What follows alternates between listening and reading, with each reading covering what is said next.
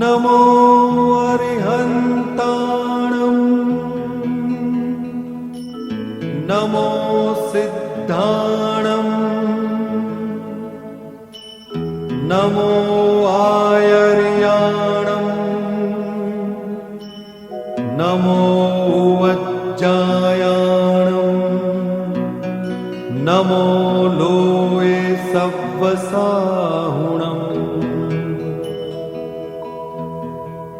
एसो पञ्चनमुक्कारो सव्वपावप्पणासनो मङ्गलाणं च सव्वेसिं परमं हवै मङ्गलम्।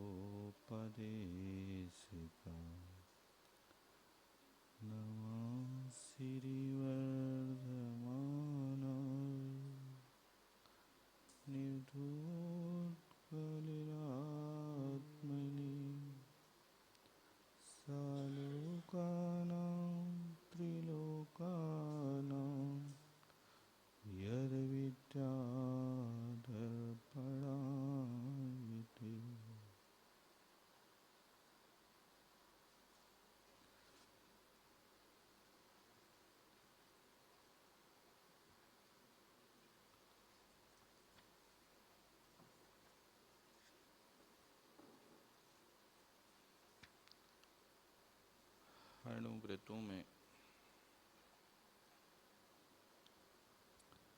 प्रथम अणुव्रत का व्याख्यान हो गया। द्वितीय अणुव्रत जिसको सत्याणुव्रत कहते हैं, उस सत्याणुव्रत के लिए आचार्य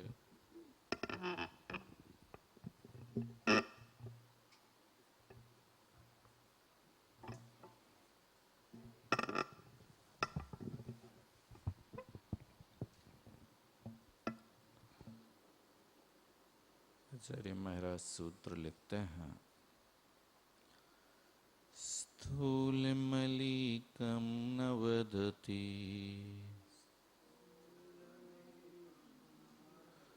न परानि वादयति सत्यमपि विपदे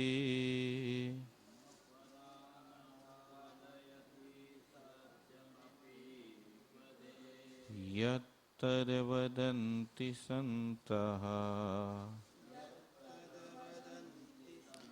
स्थूलमृषावादवैरमिडम्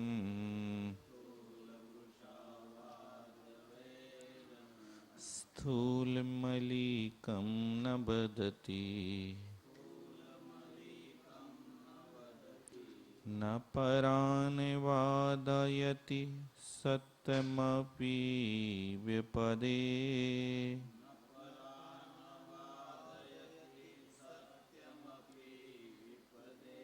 यत्तद्वदन्ति सन्तः स्थूलं रसावादवैरमिडम्।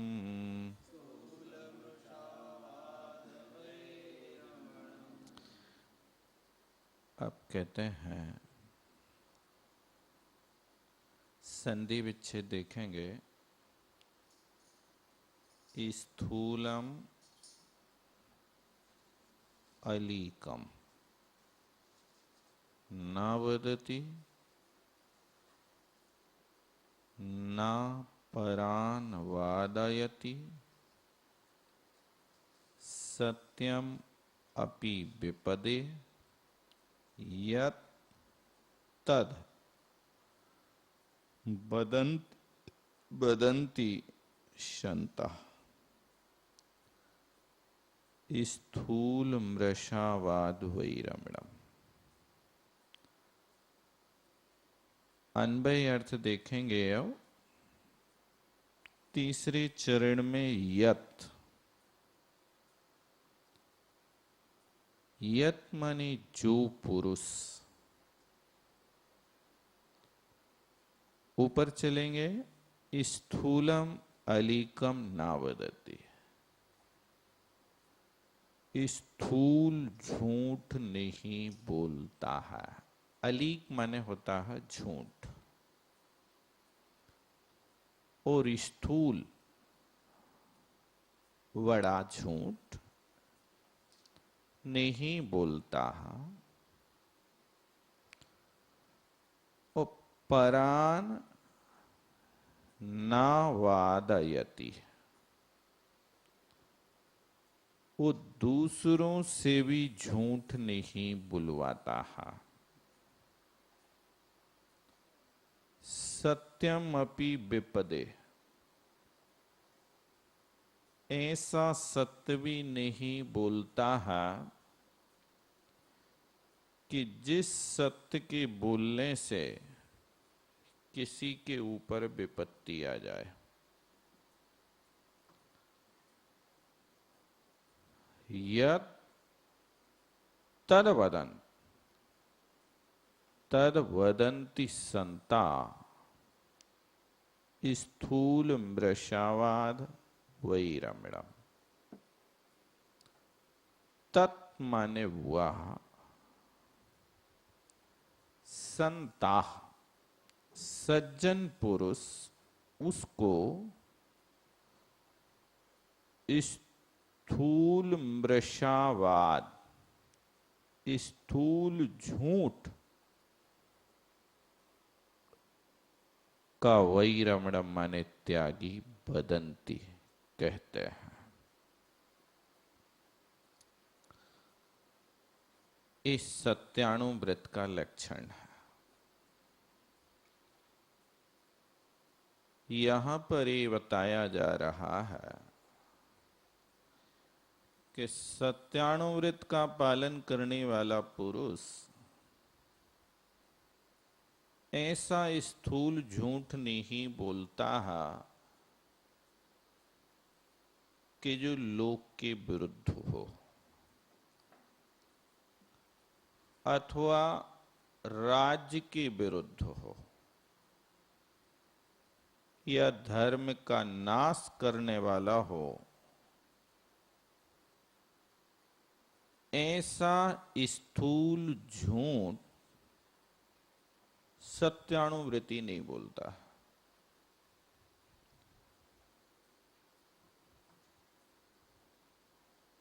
और वह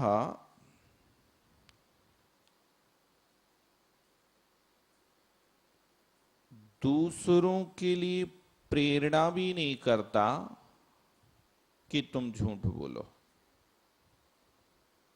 परान, ऐसा नहीं कि अब हम तो सत्यानुवृत्ति बन गए, हमको तो बोलना नहीं है, लेकिन अपने बेटे से कह दिया तुम ऐसा काम कर लेना।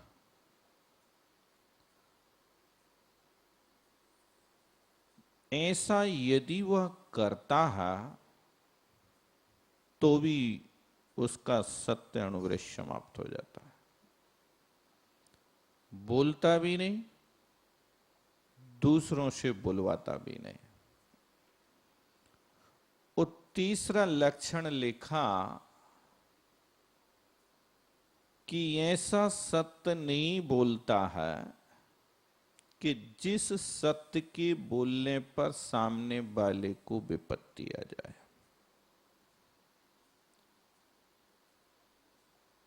द्रव्य क्षेत्र काल को देख करके उसको ये ध्यान रखना चाहिए कि सत्य बोलने का मूल अभिप्राय क्या है। हम तो हर जगह सत्य ही बोलेंगे क्योंकि ये तो क्षत्रिय का वचन है ना, कभी गलत हो नहीं सकता। तुम मरते हो तो मर जाओ और जीते हो तो जी जाओ। ये विवेक की आवश्यकता है हमारे असत्य बोलने से यदि किसी के प्राणों की रक्षा होती है तो ऐसा असत्य भी बोला जा सकता है। असत्य का विधान नहीं है, लेकिन ऐसा लोक विरुद्ध वचन मत बोलो कि जिस वचन को सुनकर के व्यक्ति के हृदय में वज्रपात हो जाए।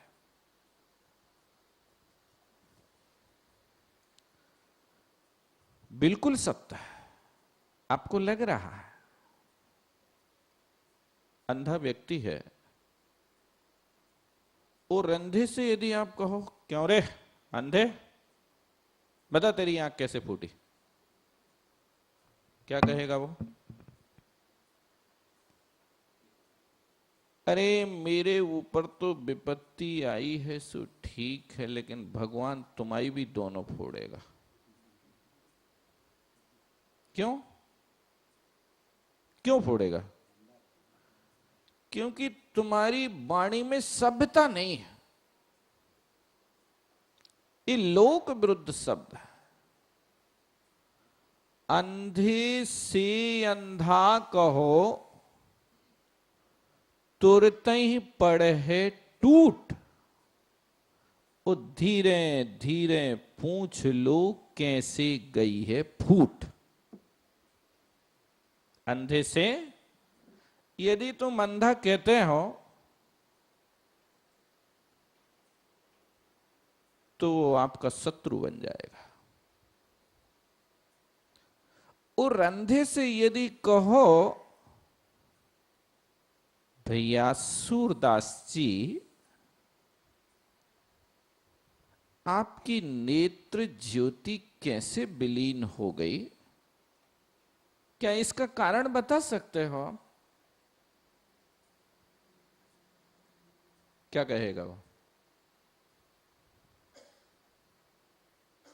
उसको ये वचन कठोर नहीं लगेंगे। अंधे से यदि तुम सूरदास कहते हो तत्काल आपकी वाणी का उत्तर दे देगा वो।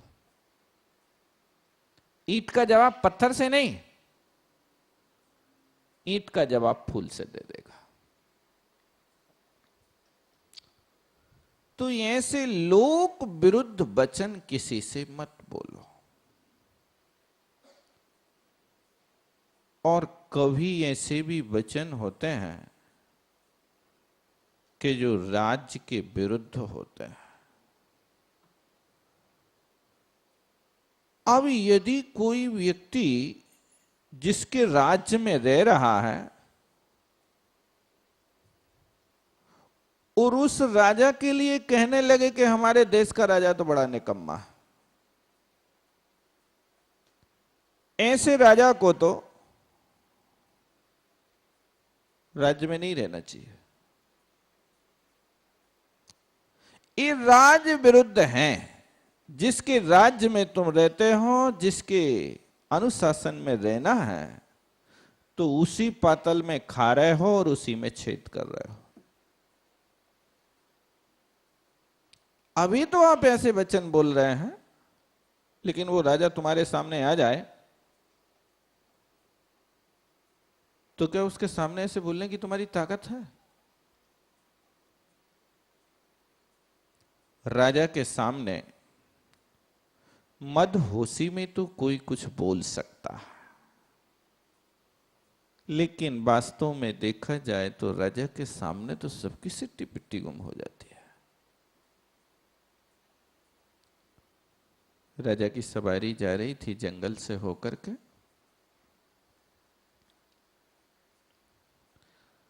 और उसी जंगल में से एक शराबी निकल रहा था। तो शराबी जैसे राजा के निकट आया तो राजा से कहता है, क्यों रे राजा, तू अपना हाथी बेच रहा? कौन कह रहा है? एक शराबी व्यक्ति। जिसके पास 2 जून की रोटी की व्यवस्था नहीं, शराब तो ऐसे लोग भी पी लेते हैं, तो वो राजा से ऐसा कहता है। राजा तो आग बबूला हो गया। मंत्री से कहता है, इसको सुबह राज दरबार में बुलाओ।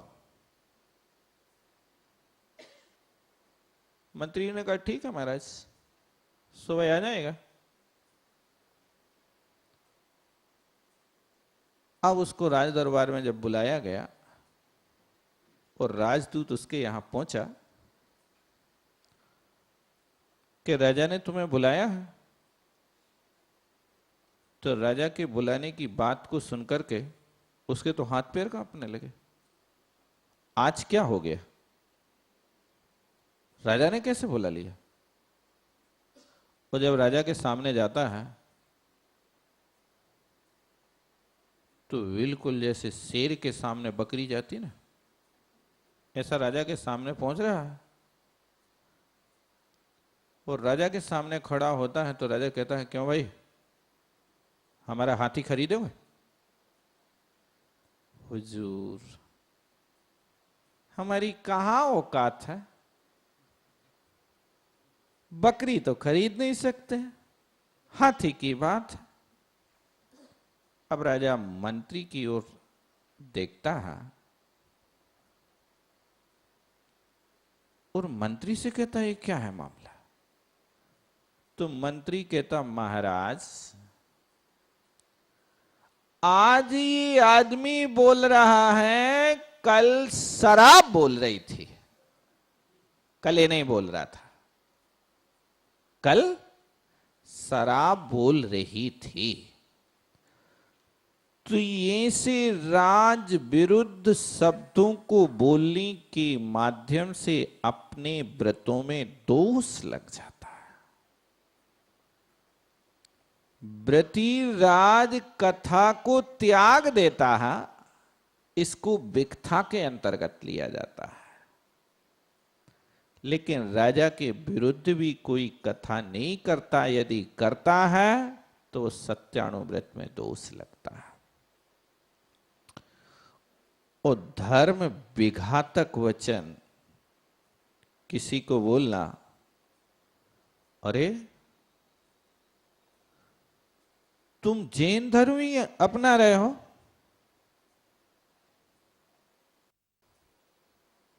तो हम आपसे पूछते हैं कि आपने यदि ऐसा किसी को उपदेश दिया है तो पूजा के प्रभाव से रोड पे है कि पूर्व पाप कर्म के उदय से रोड पर है? बताओ। इतनी व्यवस्था समझो कि जो पुण्य कर्म आपने आज बांधा है वो कब फल देगा, अथवा कोई भी कर्म बांधा है तो वो कर्म बंध होने के बाद तत्काल फल नहीं देता, उसकी मर्यादा होती है।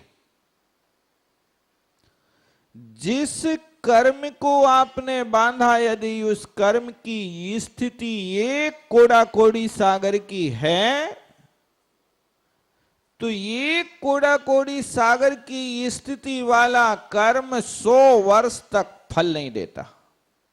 100 वर्ष के बाद अपना फल देना प्रारंभ करता है। जिस जीव ने 70 कोड़ा कोड़ी सागर की स्थिति का बंद किया है, उसके लिए वो कर्म, आज का बांधा हुआ कर्म 7000 वर्ष के बाद अपना फल देना प्रारंभ करेगा। इस बात को तो समझते कि नहीं समझते? कर्म जब बंधता है तो बंध के बाद उसके साथ आबाधा पड़ती है, इसको आबाधा काल कहते हैं। होता भी है। किसान बीज बोता है, तो बीज बोते तत्काल फल मिलता है कि कुछ इंतजार करना पड़ता है? बताओ। इंतजार करना। कितना इंतजार करना पड़ेगा बताओ? जैसा बीज बोया है वैसी आपको समय की गति का ध्यान रखना पड़ेगा, क्योंकि एक बीज ऐसा होता है कि जो आज बोया वो 2 माह के बाद फल दे देता है, और एक बीज ऐसा होता है कि जो आज बोया है और वो 2 वर्ष बाद 5 वर्ष बाद फल दे रहा, तत्काल फल नहीं दे रहा। यदि आपने बाजरा बोया है तो बाजरा 4 महीने में आता है, 2 महीने में आता है, शायद ऐसा मुझे ख्याल है। एक धान्य का नाम है षष्ठी। षष्ठी साली, यानी 60 दिन में आने वाली धान, उसको षष्ठी साली कहते हैं। तो ऐसी हल्की क्वालिटी की चीजें जल्दी आ जाती हैं। बाजरा है, मक्का है, इनमें ज्यादा समय नहीं लगता। लेकिन आपने यदि आम का बीज बोया है तो कितने दिन आपको वेट करना पड़ेगा? इसके लिए तो आप 2 महीने में नहीं फल प्राप्त कर सकते। आम का बीज बोने के बाद कम से कम 5 वर्ष आपको वेट करना पड़ेगा, तब कहीं आपको फल की प्राप्ति होगी। तो बाजरा की भांति यदि एक कोड़ा कोड़ी सागर का कर्म बंद किया है तो 100 वर्ष तक ठहरिए। इतनी गुंजाइश है कि नहीं? इसके पहले फल मिल ही नहीं, क्या करोगे? और अपन क्या करते हैं? हम चाहते हैं कि भगवान हमने 1000 रुपए का दान दिया है और वो 1000 का दान हमारे लिए, हे भगवान कल कोठी भर देना, बस इतनी कृपा करना, मिल जाएगा? ऐसा नहीं मिलता है। 1000 रुपए के दान में यदि आपने 1 कोड़ा कोड़ी सागर की स्थिति का पुण्य कर्म का बंद किया है तो आपको 100 वर्ष के बाद वो पुण्य कर्म मिलेगा। अब 100 वर्ष तक आप यदि उस कर्म को सुरक्षित रख सकते हैं तब फल मिलेगा। यदि आपने 100 वर्ष के पीरियड में और कोई गड़बड़ काम कर दिया और मर करके एक इंद्रियों में उत्पन्न हो गए 100 वर्ष के बीच में, तो वो पुण्य कर्म जो बांधा था वो पाप कर्म के रूप में उदय में आएगा। इस संक्रमण की व्यवस्था, बांधा हुआ पुण्य भी पाप रूप होकर के खिर जाता है, और कभी कभी पाप कर्म भी पुण्य कर्म के रूप में निकल जाता, अपना फल नहीं दे पाता है। ये व्यवस्था होती है। तो ऐसे धर्म के विघातक यदि कोई वचन बोलता है कि धर्म के करने वाले तुम मर करके असुर होंगे, तुम्हें असुर होना है, करो धर्म, ऐसे वचन इस सत्य व्रत को समाप्त कर देता है। ये धर्म विघातक वचन कहलाता है।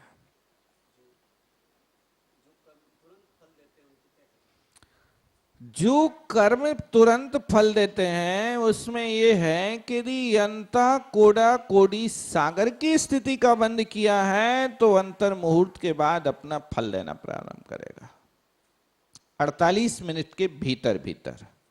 ऐसे कुछ कर्म होते हैं, लेकिन मिथ्या दृष्टि जीव कोई भी कर्म की स्थिति अंता कोड़ा कोड़ी सागर की नहीं बांधता, और सम्यक दृष्टि जीव अंता कोड़ा कोड़ी सागर से ज्यादा का स्थिति बंद नहीं करता। कितना बड़ा भी काम कर ले सम्यक दृष्टि जीव, सम्यक दृष्टि जीव यदि अपने भाई के ऊपर चक्र भी चला देवे तो भी अंत कोड़ा कोड़ी सागर से ज्यादा का स्थिति बंद नहीं करेगा, क्योंकि सबसे उत्कृष्ट स्थिति बंद तो मिथ्या दृष्टि जीव ही करता है और मिथ्या दृष्टि के अलावा कोई नहीं करता। लेकिन जो मिथ्या दृष्टि जीव सम्यक दर्शन के सन्मुख है, वो सम्यक दर्शन के सन्मुख रहने वाला जीव जब प्रायोग लब्धि में पहुंच जाता है तो वहां से अंत कोड़ा कोड़ी सागर की स्थिति का बंध प्रारंभ कर देता है। ये अवस्था होती है। तो वहां से अब आपने आज ही कर्म किया और आप सोचो कि कल हमें फल मिल रहा है, तो ये समझना कि वो आज का किया हुआ, कल का किया हुआ कर्म नहीं, पूर्व का सत्ता का पड़ा हुआ कर्म आज हमें फल दे रहा है।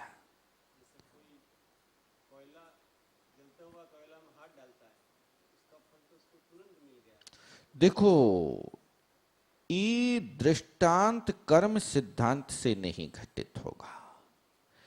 ये दृष्टांत आपके लिए इसलिए है कि आपने जलते कोयला में हाथ डाला तो कर्म की उदीर्णा करी है आपने। जो कर्म अभी उदय में नहीं आ रहा था उस कर्म को पकड़ करके आपने यहां डाला है। ये उदीर्णा कहलाती है। कर्म की 10 अवस्थाएं होती हैं, तो उदीर्णा की व्यवस्था है कि समय से पहले कर्म को ला करके खेरा देना, उसको उदीर्णा कहते हैं। और ऐसी कभी कभी व्यवस्था बन जाती है कि उदीर्णा हो जाती है। मान लीजिए कि आप टिकट लेने के लिए लाइन में खड़े हैं, 100 लोगों के पीछे खड़े हैं, टिकट कब मिलेगी आपको?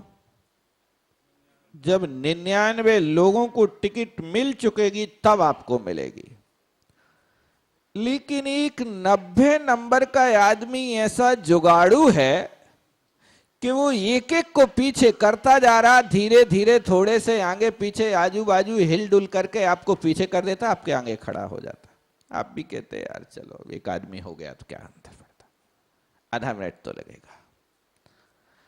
अब वो यहां से एक एक को करके आगे बढ़ गया। लेकिन एक व्यवस्था होती रेलिंग, कितने लोग उसमें खड़े हो सकते हैं? 10 लोग खड़े। थोड़ी बड़ी होती ना रेलिंग, तो 8-10 लोग तो खड़े हो जाते होंगे उसमें। अब वो रेलिंग के पास पहुंचा, 10 लोग आगे खड़े थे, 90 को तो पार करके आ गया। अब 10 लोग को पार कर पाएगा कि नहीं कर पाएगा?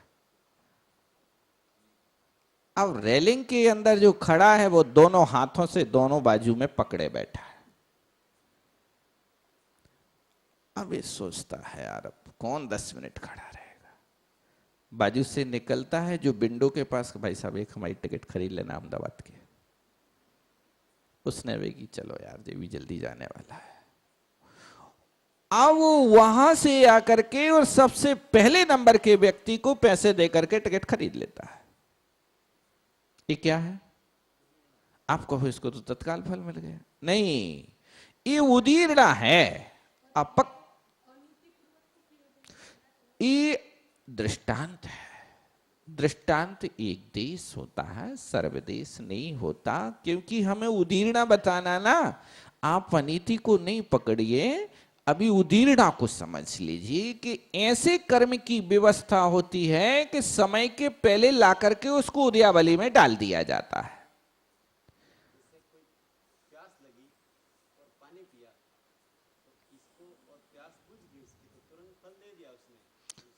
नहीं, देखो फल दिया नहीं, प्यास लगी, ये कर्म का उदय है। आपके असाता वेदनी कर्म की उदीर्णा है। उसे असाता वेदनी कर्म की उदीर्णा से पानी मिला तो कर्म शांत हो गया, फल दे करके निकल गया। वो फल मिल गया हमें, ऐसी बात नहीं।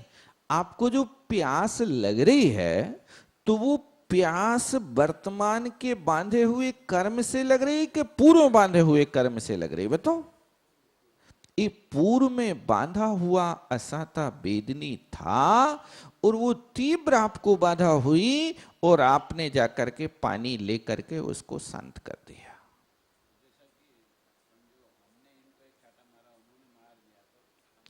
देखो, एक चांटा मारा है आपने, ये परस्पर में कसाय टकराई है और चांटा मारा तो इनका भी यहां अशुभ कर्म का उदय है और इनने आपको मारा तो इनके वीर्यांतराय कर्म का विशिष्ट क्षयोपशम है कि आपसे बदला तत्काल ले लिया।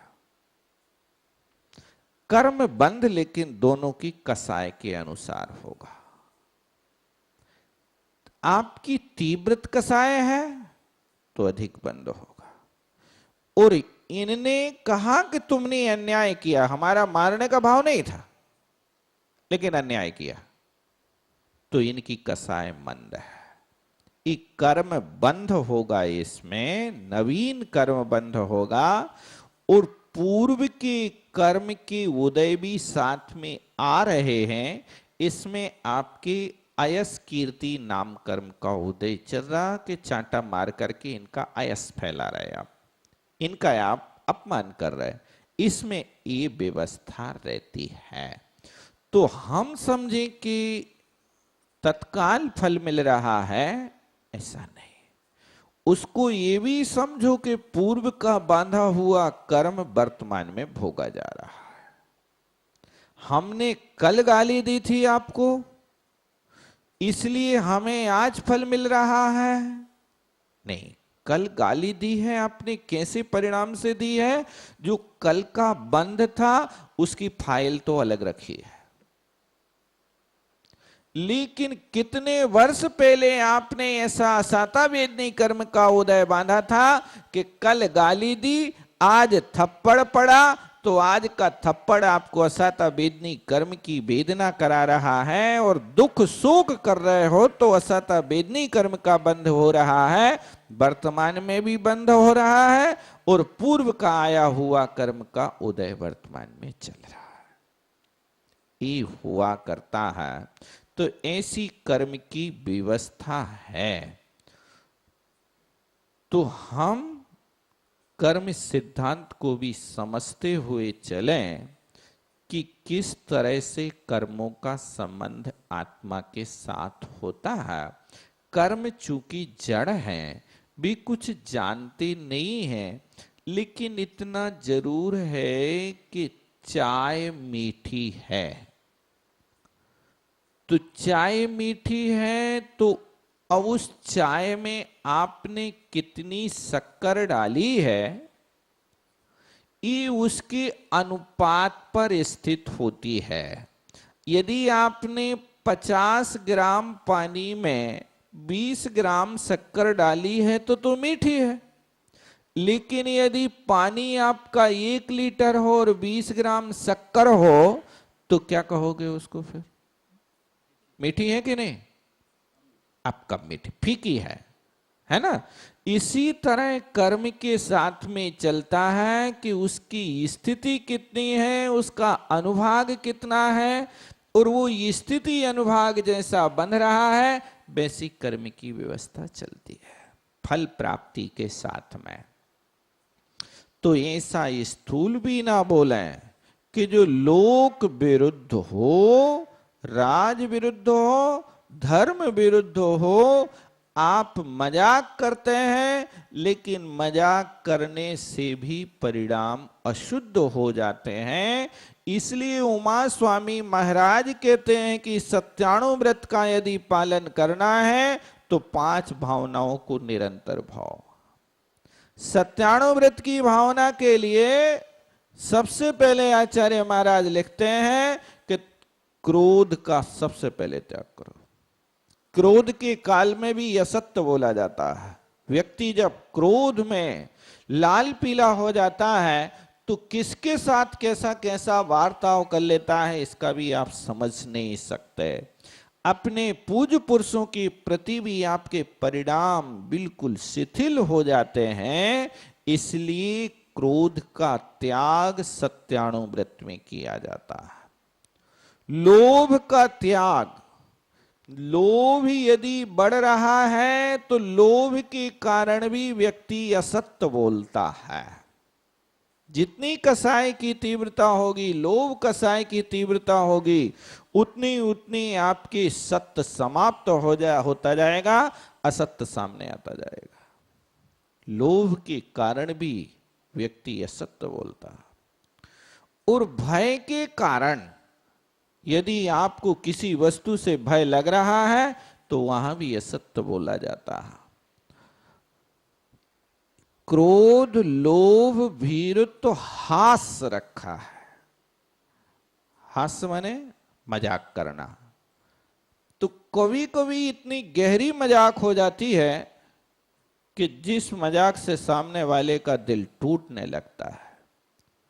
इसलिए यदि गाढ़ी मित्रता तोड़ना हो तो थोड़ी गहरी मजाक करना प्रारंभ कर दो, मित्रता तत्काल टूट जाती है।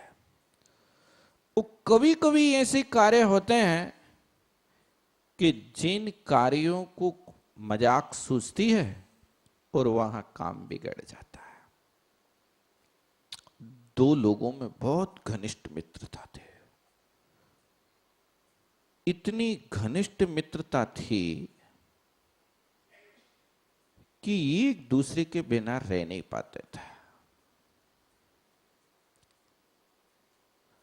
अब हुआ क्या, एक दिन एक मित्र को लगा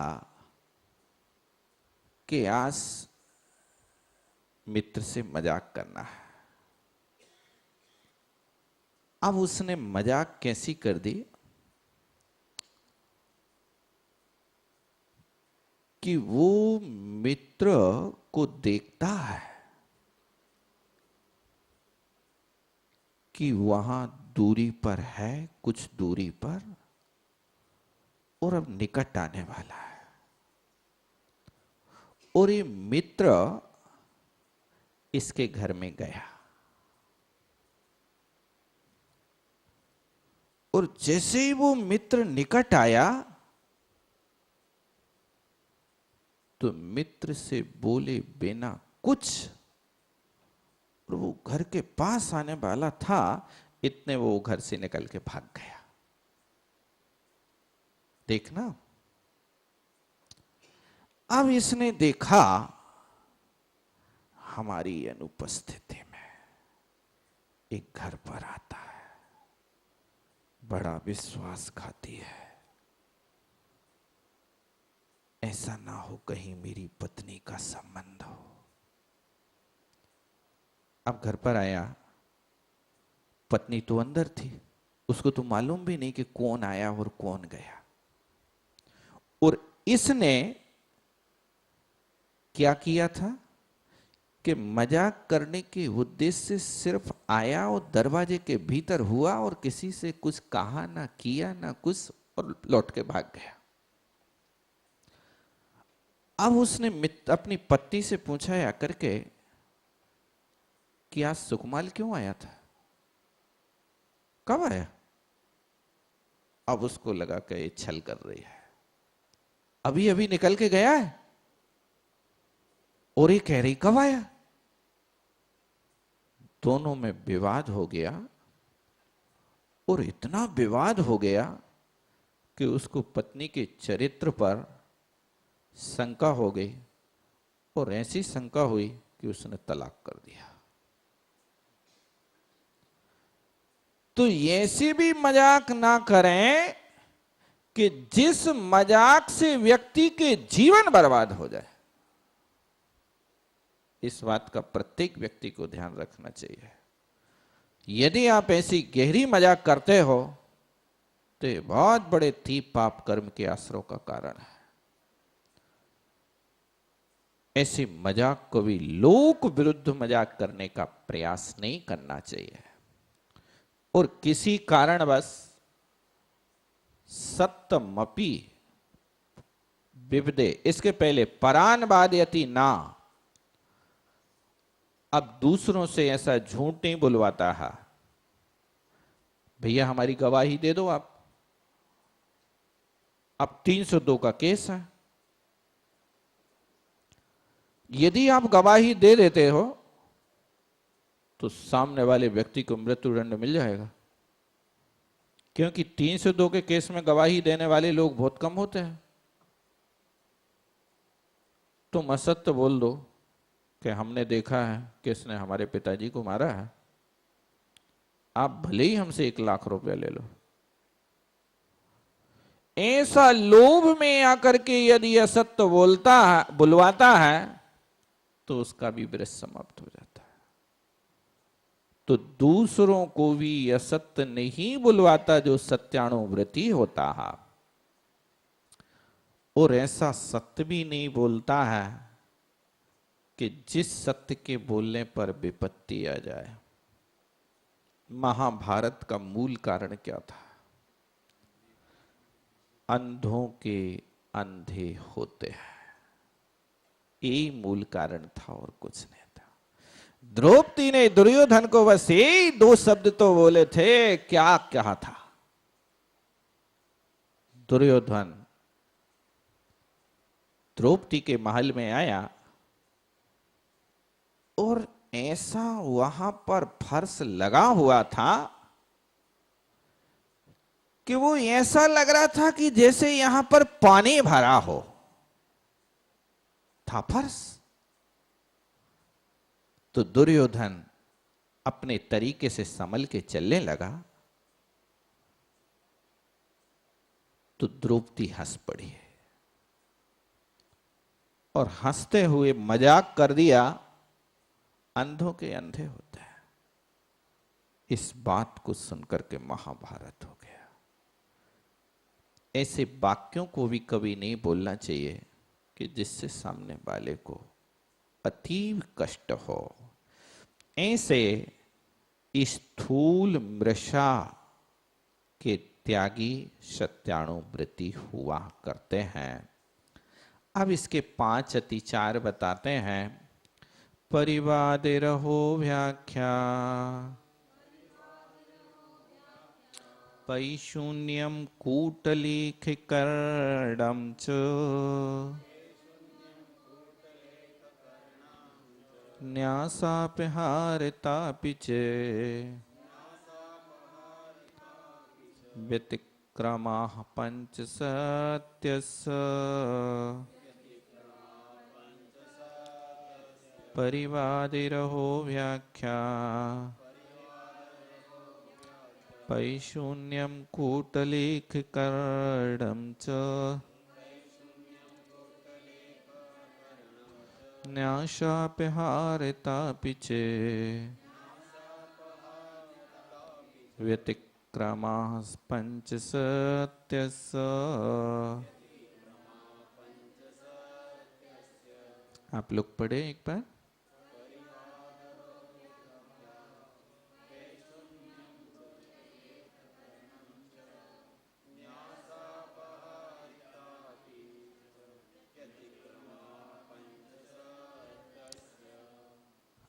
अब व्रत है तो व्रत के साथ ये भी बताते हैं कि व्रत में दोष कैसे लगता है।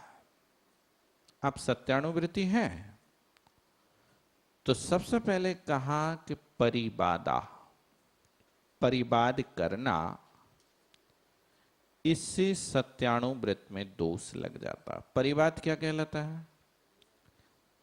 दूसरे की निंदा को परिवाद कहते हैं।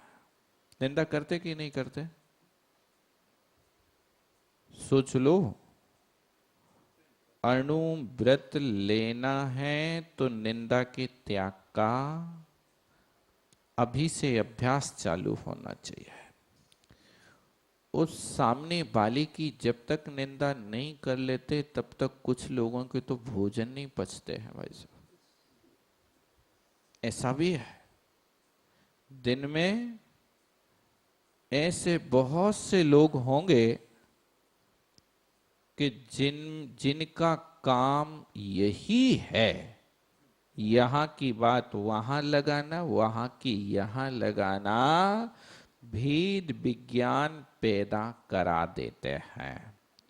तो ये इसी भेद विज्ञान का अर्थ मिली हुई फैमिली को अलग अलग कर देने का नाम भेद विज्ञान होता है।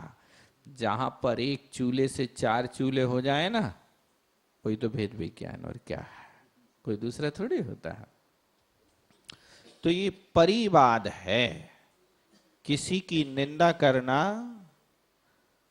तो निंदा करने से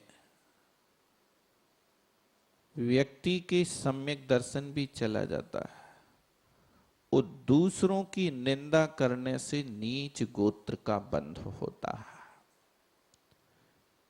आप दूसरों की निंदा करते हैं तो नीच गोत्र का बंध माने त्रियंच अथवा नरक गति का बंध कर रहा है। क्योंकि 2 ही गोत्र होते हैं, एक नीच गोत्र और एक उच्च गोत्र। तो मनुष्यों को और देवों का तो उच्च गोत्र होता है, देवों का और नारकियों का नीच, त्रियंचों का और नारकियों का नीच गोत्र होता है। तो यहां पर ये चीज ध्यान रखो कि यदि हम किसी को बुरा कहते हैं, उसकी निंदा करते हैं, तो अपन को घाटा है, सामने वाला का कोई घाटा नहीं। सामने वाले की निंदा हो रही है तो वो तो निंदा से अपने आप में संभल जाता है। इसलिए कबीर दास ने लिखा है, निंदक नियरे राखिए, आंगन कुटी छवाए, बिन पानी बिन सावने निर्मल करे अच्छा है। वे लिखते हैं कि निंदक को हमेशा अपने पास में रखो, आंगन में बसाओ, और आंगन में जगह ना हो तो अपने कुटिया में रख लो। क्यों? क्योंकि निंदक ऐसा व्यक्ति है कि बिना सावन के और बिना पानी के अपन को साफ कर देता है। घाटे का सौदा है कि मुनाफे का सौदा है? लेकिन सावन आंख में चली जाए तो कैसा लगता है? सावन लगाते हैं ना, आंख में चली जाए तो बड़ा कष्ट होता है। इसी तरह निंदा की बात यदि अपने कान में चली जाए तो कैसा लगता है? निंदा की बात को सुनकर के लोगों की भूख समाप्त हो जाती है, नहीं होता ऐसा? और प्रशंसा की बात को सुनकर के लोगों की भूख खुल जाती है। और प्रशंसा की बात एक बार में सुनाई नहीं पड़ती है। आपसे कहा आप बहुत अच्छे आदमी हैं, क्या कहा भैया? एक बार और बोल रहा है, ऐसा कहते हैं? हमने सुन नहीं पाया, सुन नहीं पाया, मायाचारी कर रहे हो, एक बार और बोल दो ना। हमने तो सुना है लेकिन इन लोगों ने नहीं सुन पाया। तो दूसरों को सुनाने के लिए फिर दोबारा बुलवाता है, ये प्रशंसा का काम है। तो प्रशंसा से अपनी भूख खुलती है, और निंदा सुनने से लोग बीमार पड़ जाते हैं। इसलिए सत्यानुव्रती किसी की निंदा नहीं करता। और रहो व्याख्या, रहस यानी होता एकांत, और एकांत की बात को कहना ये रहो व्याख्या कहलाता है। तो आपने किसी के एकांत में कोई गुप्त क्रिया को देख लिया, गुप्त कार्य को देख करके अब आप तो जाकर के दुनिया में घोष करने लगे, अरे हम जानते हैं उनको, भी कितने गहरे पानी में हैं, हमने तो आंखों से देखा, आज तो उनने 1 किलो का 1.25 किलो तोला है, और हम जब वस्तु लेने गए तो उनने 1 किलो का हमें 3 पाव दिया, 800 ग्राम दिया। ये रहो व्याख्या एकांत की कोई वस्तु को प्रकट कर देना, इससे भी सत्यव्रत में दोष लगता है। आपने देखा है किसी क्रिया को देख करके शांत रहो, संसार का यही स्वरूप है। अपन को क्या लेना देना यदि ये पाप कर रहे हैं तो उसका फल हम थोड़ी भोगेंगे। कौन भोगेगा? जो पाप कर रहा है उसका फल तो वो ही भोगेगा।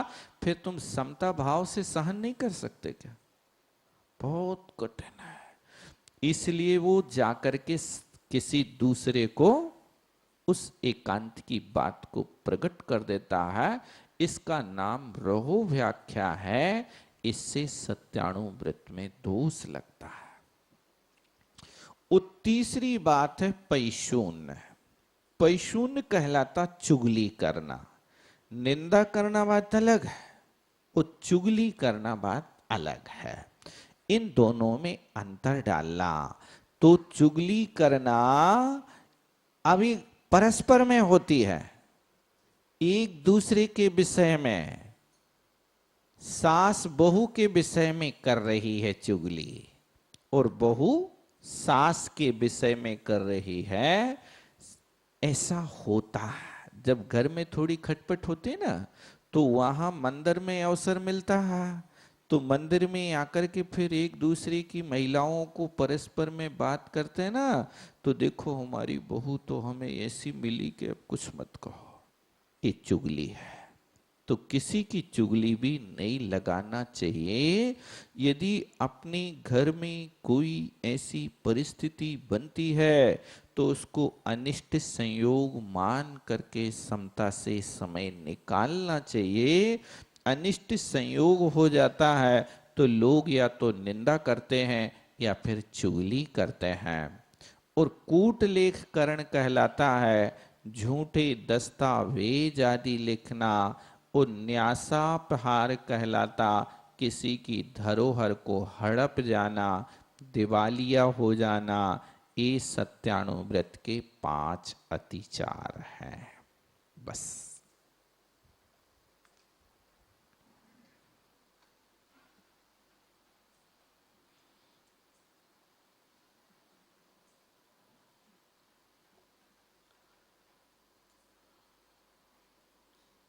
मिथ्यात्व में नाश वे को ज्ञान के प्रकाश वे